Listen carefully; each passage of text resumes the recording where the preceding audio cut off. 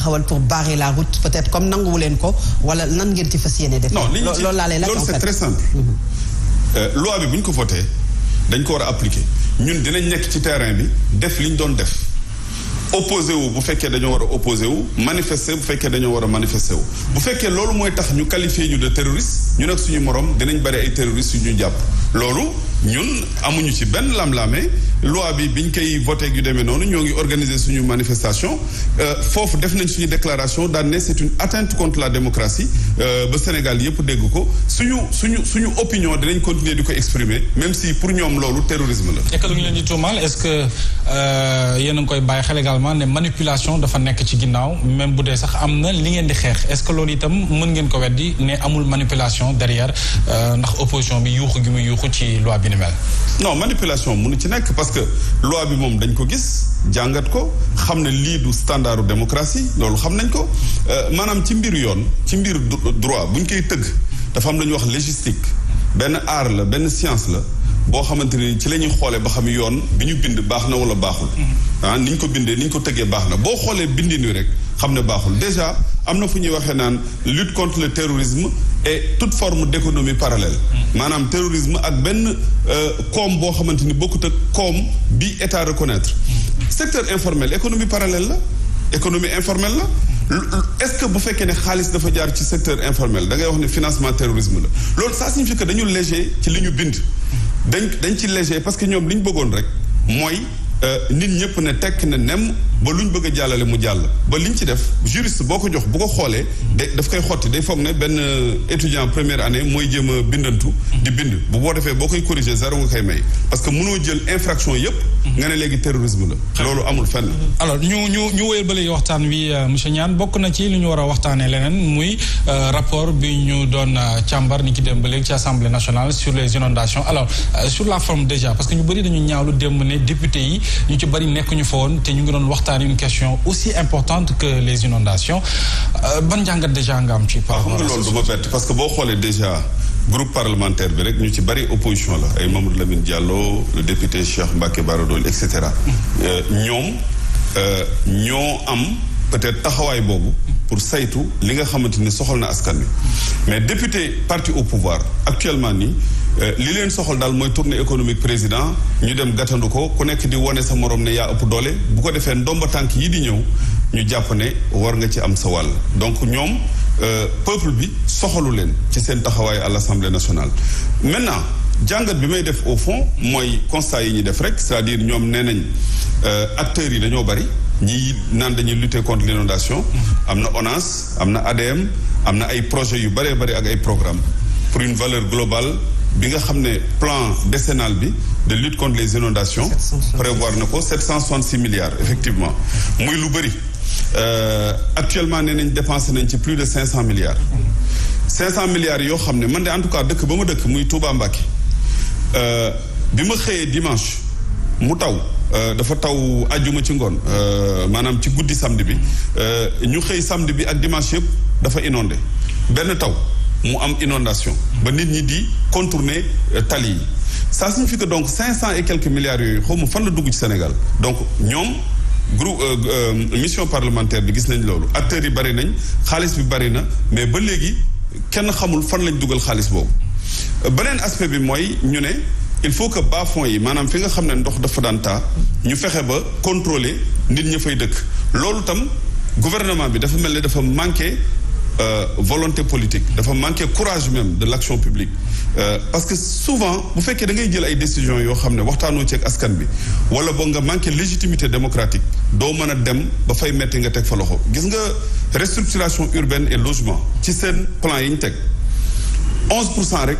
ci budget bi ñu prévoir lañ ci defagum ça signifie que ñemewuñoo wax ak nit ñi ne leen jóg leen wala dara même si xam nañ ne loolu il faut ñu def ko peut-être nag defar ay tali defar ay yeneen ak yeneen ak yeneen ay projets yoo xam ne impact bi sax parfois day des loolu moom ñeme nañ ko ba 500 et quelques milliards def ci mais la ñu waroon a def nga xamante ne ni ndox daf fay taa ñu jëlee fa nit ñi yóbbu leen faneen fu gën a baax ñemewuñoo wax ak nit ñi wala bëgguñoo wax ak nit ñi ba 11% rek la ñu dépensé ci loolu. alors ñu wax ci li nga xamante ne moom mooy dette bi France baal réewu Sénégal ci lu toll ci 13 milliards 600 millions ou 700 millions de francs CFA ci dette boo xamante ne mi ngi tolloon ci 18 milliards 600 muy baal boo xam ne sa xam-xam màcc ci wàllu koom ak wàllu chiffre nan nga ko gisee ndax duñu wax ne le président de la République am na jéego ci baal bi mu bëggoon Union européenne baal ko bor bi nga xamante ne kon naa bu Afrique amal na ko bu fekkee ne moom France moom moo ko baal bor boo xamante ne Sénégal moom moo ko amoon France décembre jàpp mois de mai. Soxna Fatou baal bu France baal Sénégal moom bor bu France baal Sénégal moom man mënuma ko nangu parce que d'abord ban marge le gouvernement français am ci construction terre bi yan impôt lañ ci imposer société yi nga xam ne dañ ci ñëw parce que milliards yi bëri na. Deuxièmement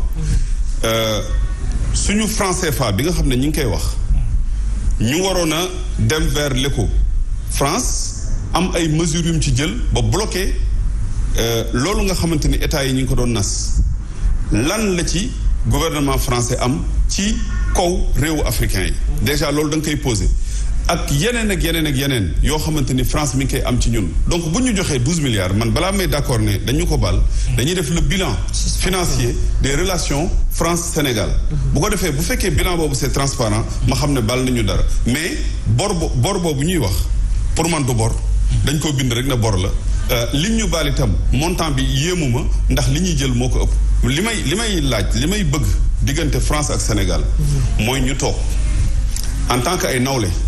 ñu xool relation yi naka lay nekkee gagnant-gagnant ñoom ñu am ñun ñu am parce que sori nañ ci développement sori nañ ci technologie mën naa am soxla nañ leen ci côté boobu ñun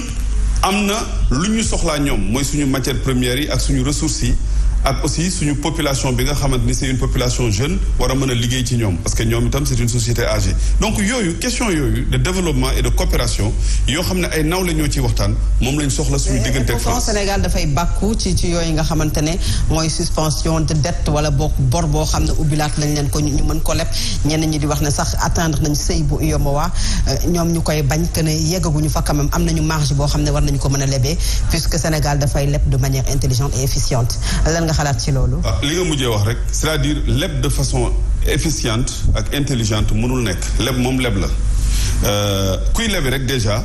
jàpp nañ ne da nga am ay contraintes da nga am ay jafe-jafe. donc nekkoo ak sa liberté totale. parce que da nga am soxla moo tax ngay lebi te mënoo koo soxla donc loolu man damay xool ne parfois ridicule dafay am maanaam mbir yi day doy waar quoi c'est-à-dire mënoo nekk état nation. war a jox exemple sa jeunesse ak sa population ñu gëm seen bopp. nga naan man damay lebi te leb bi ni ma ko defee ci anam yu neex la anam yu baax la et que gars yi wóolu nañ ma ba lebal ma loolu amul bàkku yoreel nañ ma aussi may nañ ma ko yalwaan la loolu tam amul bàkku li ma leen di laaj mooy ñoom dañu war a teg économie bu leer jéem a defar réew mi ñu gëm suñu bopp ci liggéey bi maa ngi wax gëm sa bopp rek mais defaluma leen publicité ñu gëm suñu bopp ci defar réew mi loolu bu ñu ko defee rek nit ñi dinañ ko nangu mais yi ñuy def nii du koom mën naa am sax nag waxuñu ñi nga xam ne xam nañ peut-être population bi la ñuy bëgg a nax te loolu day tax population bi gën leen jéppi loolu daal vraiment war nañ ko bàyyi. est-ce que Sénégal aujourd'hui monsieur Niane ñoom ni ñu ko waxee déjà mooy bor gi ñuy lepp ñoom xam nañu mesure nañu ni mu toll te ñu ngi koy jéem a def fi nga xamante ni nii dina gën yow constat boobu nga def am déet ba xam Sénégal li muy lepp mi ngi koy dugal fi nga xamante ni nii dina ko mën a jural ëllëg mu mën a fay et que mu mën ci gis boppam également. xam nga économie boo koy wax doo sori da nga koy wax comme surtout bu fekkee da ngay wax ak population bi.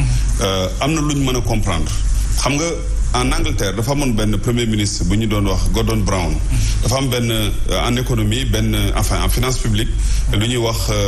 golden rule c'est-à-dire la règle d'or dañ ne bu fekkee da nga lebi da nga ko war a dugal ci investissement maanaam ci yitte yu wér yoo xam ne day jariñ askan wi te ëllëg xale yi nga xamante ni ñooy judd war a fay bor bi parce que bor yi en général fii 30 ans lañ koy def ak yooyu ñooñu buñ ñëwee jariñu ci muy ay yoon ay chemin de fer ay loo xam ne ay infrastructure de qualité la mais ñun suñu bor bi boo xoolee président de la république tournée yi muy def xaalis biñ ciy yàq. dinañ ci ñëw d'ailleurs. ak ni ñuy toogee ba mu yàgg rek daan ne yéen jox nañ leen 400 milliards ñii 200 milliards ñii 300 milliards mel na kuy séddale xaalis bu fi nekk nga koy séddale noonu ça fait pas sérieux pour un état gestion état dafa war a sérieux surtout que bor bi du ñoom ñoo koy fay bor bi suñuy doom ak suñuy sët ñoo koy fay donc du bor bu normal. Déjà bu ñuy wax naan ay critères macroéconomiques critères de l'UEMOA ak yooyu li gën a am solo ci réew. mooy bu fekkee da nga lepp wala nga yore xaalis boo jógee ci lempo. nga dépensé ko correctement. loolu boo ko defee rek nit ñi seen xel dina dal. bu fekkoon ne yàq bi wàññi nañ ko yenn emploi même emploi yi ñuy wax naan dañuy jël ay 1000 jeunes filles dañuy def lii dañuy def lële loolu yëpp ak façon bi ñu koy defee. ak xaalis bi ñuy lebalaate de façon très rapide et non calculée loolu yëpp ça signifie que bor bi xaalis bi ciy jógee dañ koy sànniwaat par la fenêtre. donc malheureusement xale yi dinañ ko fay ñun ñii dinañ ko fay te teguñu ko ci yoon man loolu rek laa mën gis parce que finance publique yi gestion bi. dafa des orthodoxie budgétaire amuñu ko. très bien alors ñu jàll ci très rapidement ci tournée économique yi nga xamante ne nii njiitu réew mi ngi koy def un peu partout à travers le Sénégal tournée économique bi nga xam ne fu mu dem ñu génn gàttandu ko askan wi jàngat li déjà wi nga ciy def ñu bëri sax jàppee ko également ne tournée politique lay def pas économique yow ban nga ci jàpp. bon tournée politique la parce que on va vers des élections locales boo gisee sax. ci déplacement yi acteurs politiques yi nekk ci gox-goxaan yi ñoo ci gën a fës administration daanaka doo leen dégg sauf préfet yi sol seen tenue d'apparat ñëw toog na leen mais acteurs politiques yi ngay gis ñuy xeex ci seen biir di sànnente xeer yëfu xale yëfu responsable loolu la ñuy jiital ci tournée yi maintenant nag après président moom ñëw comme buur daal ne yéen dinaa leen jox tant de milliards muy une démarche boo xamante ne nii malheureusement sénégalais yi bu ñu koy gis seen xol day gën a dagg ndax ñoom sénégalais yi dañu sonn dañu sonn c'est-à-dire que milliards yooyu ñuy dégg sax pour man c'est pas pédagogique même bu ñuy def politique waroon nañ koo jaarale leen ne loolu. yan sénégalais xanaa du sénégalais yi koy gàttandu fu mu mënti dem ci. non loolu moom gis nga li ñu wane ay car li ñuy jël def ci ay nit di leen fay di leen traîner d'une région à l'autre muy lu doy waar loo xamante ne nii politique bi ñu nekk au 21e siècle waroon nañoo tere ñu def loolu dañoo nekk ci beneen période. Deuxièmement je pense que président Macky Sall comme ñaari at ba ñett moo ko fi dese waroon na nag dernière ligne droite bi mu jéem a woon Sénégalais yi ay action yoo xamante ni ëllëg dinañ ko mën a fàttaliku ci loolu mais li ngay gis ni nit ñi di ànd di def muy am ay accident ay nit di ci dee loolu rek jarul woon tourner. Deuxièmement ñuy jël ay décisions à l'emporte-pièce foo dem rek diggee fa mel ne yow yaa war a décider alors que assemblée suñu gisee hôpital ba mu def ca Kaffrine gis tey li nga xam ne moom la inauguré ci Thiès mais également pôle emploi bi nga xam ne ñàkk xëyu ndaw yi la est-ce que duñu wax ne quand même bu fekkee ne am na politique aussi mi ngi def ay tournée économique comme ni mu ko tuddee. non xam nga Fatou Abdou da ngay comprendre ne réew su fekkee ne da nga am 4000 et quelques milliards yoo war a dépenser mu nekk ci budget bi réew moomu effectivement dafa war a am ay infrastructures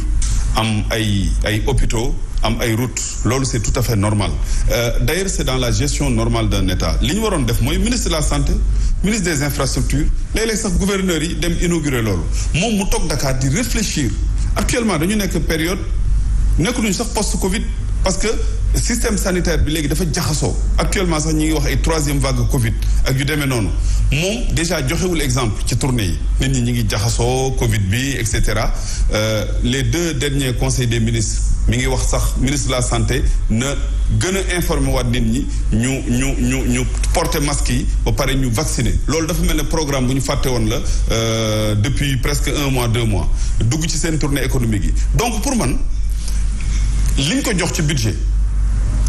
autorisé na mu def ay infrastructure mais infrastructure yooyu